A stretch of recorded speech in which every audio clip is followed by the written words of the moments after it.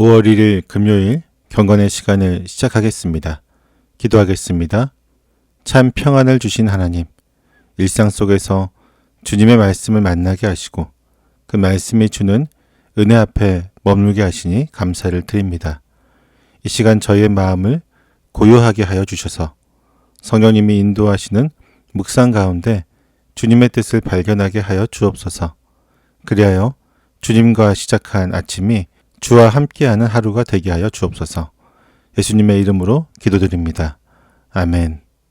요한복음 14장 12절부터 21절까지의 말씀을 보겠습니다.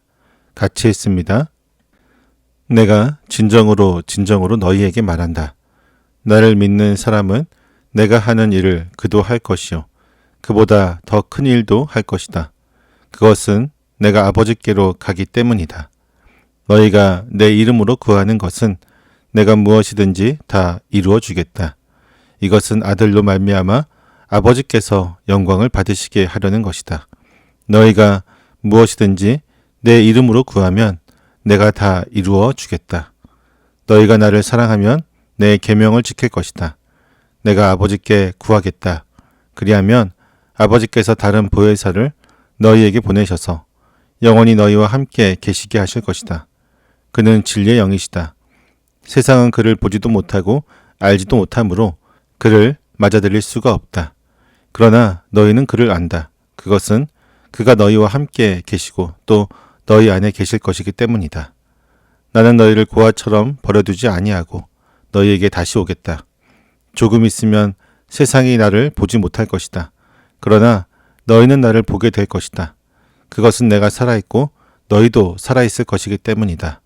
그날에 너희는 내가 내 아버지 안에 있고 너희가 내 안에 있으며 또 내가 너희 안에 있음을 알게 될 것이다. 내 계명을 받아서 지키는 사람은 나를 사랑하는 사람이요 나를 사랑하는 사람은 내 아버지의 사랑을 받을 것이다. 그리고 나도 그 사람을 사랑하여 그에게 나를 드러낼 것이다. 아멘. 예수님은 자신을 믿는 자들이 주님이 하신 일보다 더 큰 일을 할 것이라고 선언하십니다.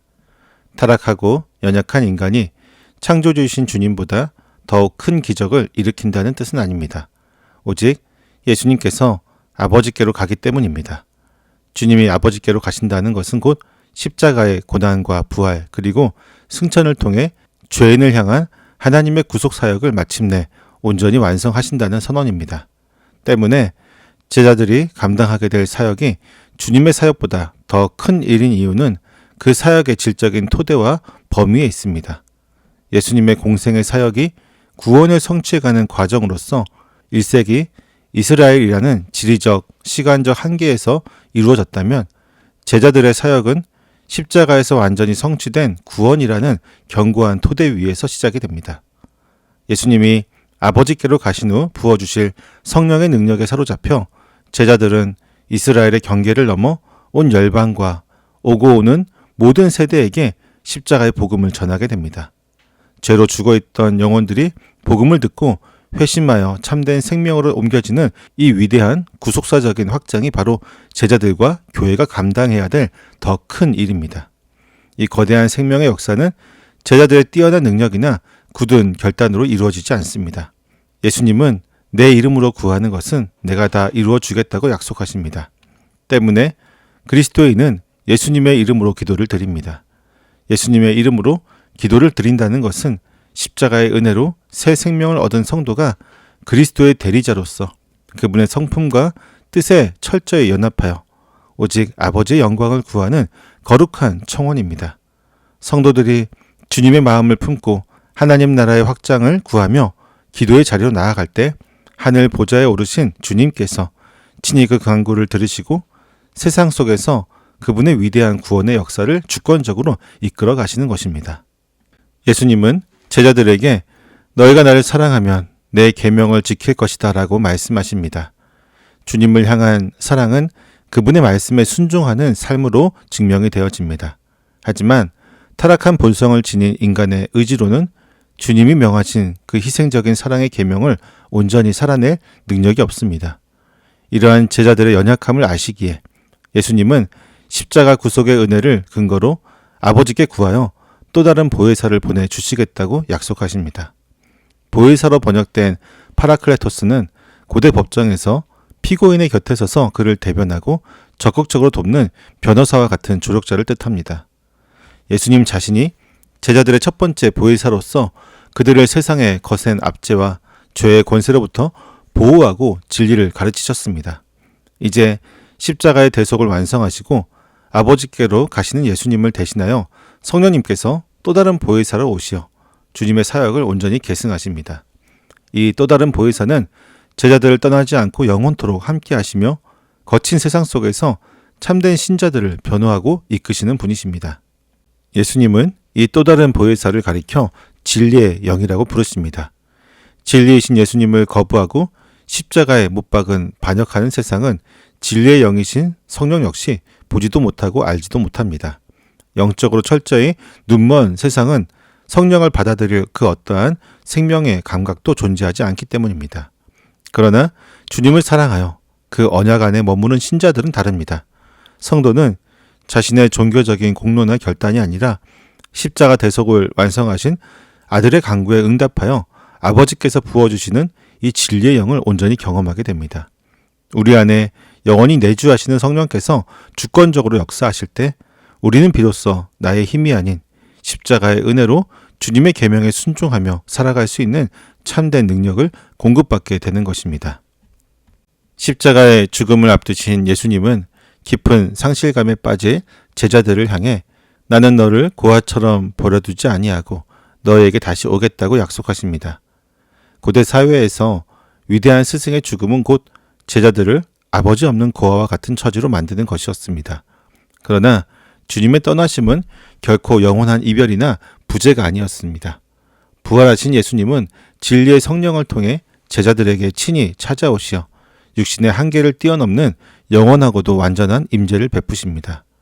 세상은 십자가 이후 예수님을 영영 보지 못하겠지만 제자들은 성령을 통해 생명의 주님을 다시 경험하게 됩니다. 내가 살아있고 너희도 살아있을 것이라는 말씀처럼 주님은 성령을 통해 제자들의 내면에 죽음을 이긴 부활의 생명을 불어넣어 주십니다. 성령님이 강림하시는 그날에 성도들은 놀라운 영적인 신비를 깨닫게 됩니다. 내가 내 아버지 안에 있고 너희가 내 안에 있으며 또 내가 너희 안에 있음을 알게 될 것이다 라는 주님의 선언처럼 성령의 오심을 통해 아버지와 아들의 완전한 연합 속에 성도 자신들도 영광스럽게 묶여 있다는 사실을 자각하게 되는 것입니다. 영적으로 철저히 죽어있던 죄인이 거룩하신 하나님과 하나로 연합하여 그분의 생명을 공유하게 되는 이 경이로운 구원의 실제는 오직 우리 안에 내주하시는 보혜사 성령을 통해서만 성취됩니다. 이러한 성령의 내주와 연합은 필연적으로 성도의 삶에 거룩한 순종을 빚어냅니다. 21절에서 주님은 내 계명을 받아서 지키는 사람은 나를 사랑하는 사람이라고 선언하십니다. 주님의 계명에 순종하는 것은 구원의 자격을 증명하기 위해 인간의 의지로 억지로 짊어져야 하는 무거운 율법의 멍해가 아닙니다. 내 안에 살아계신 성령의 이끄심에 반응할 때 생명력 있게 맺히는 자연스러운 은혜의 열매인 것입니다. 성령 안에서 주님을 진실하게 사랑하고 그 말씀에 묵묵히 순종하는 자에게 삼위 하나님은 한없는 사랑을 부어주시며 주님은 자신을 더욱 친밀하고 풍성하게 드러내어 주십니다. 성령을 통한 이 거룩한 순종과 연합이야말로 세상의 어떠한 환란도 끊어낼 수 없는 영원한 생명의 교제로 우리를 이끌어가는 가장 복된 통로가 됩니다.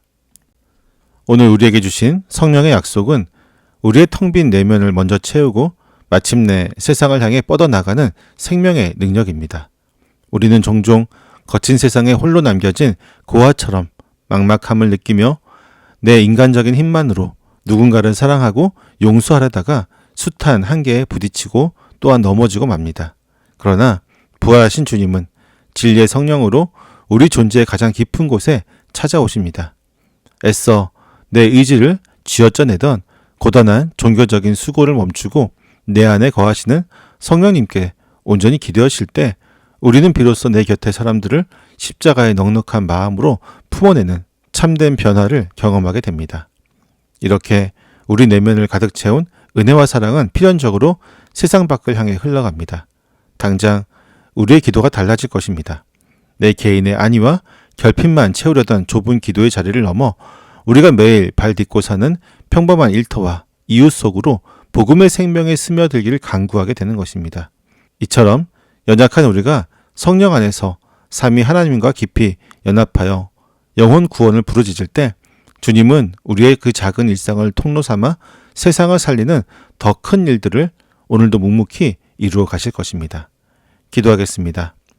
저희 안에 거하시는 하나님, 무력한 저희를 고아처럼 버려두지 않으시고 보혜사 성령님을 보내시어 매일의 일상에서 친히 구원의 길로 인도해 주시며 감사를 드립니다. 그러나 저희는 늘 저희의 의지와 힘만으로 이웃을 사랑하고 용서하려다가 한계에 부딪히곤 합니다. 저희 안에 살아계신 성령님께 온전히 엎드리기보다는 여전히 인간적인 열심과 노력만으로 삶의 열매를 맺어보려고 했던 저희의 교만한 마음을 용서하여 주옵소서. 오늘 하루 억지로 사랑을 쥐어짜 내려던 무거운 수고를 내려놓게 하시고 저희를 이끄시는 성령님의 손길에 온전히 기대게 하옵소서. 성령 안에서 이웃을 향한 기도와 생명이 자연스럽게 흘러가는 오늘 하루가 되게 하여 주옵소서. 예수님의 이름으로 기도드립니다. 아멘.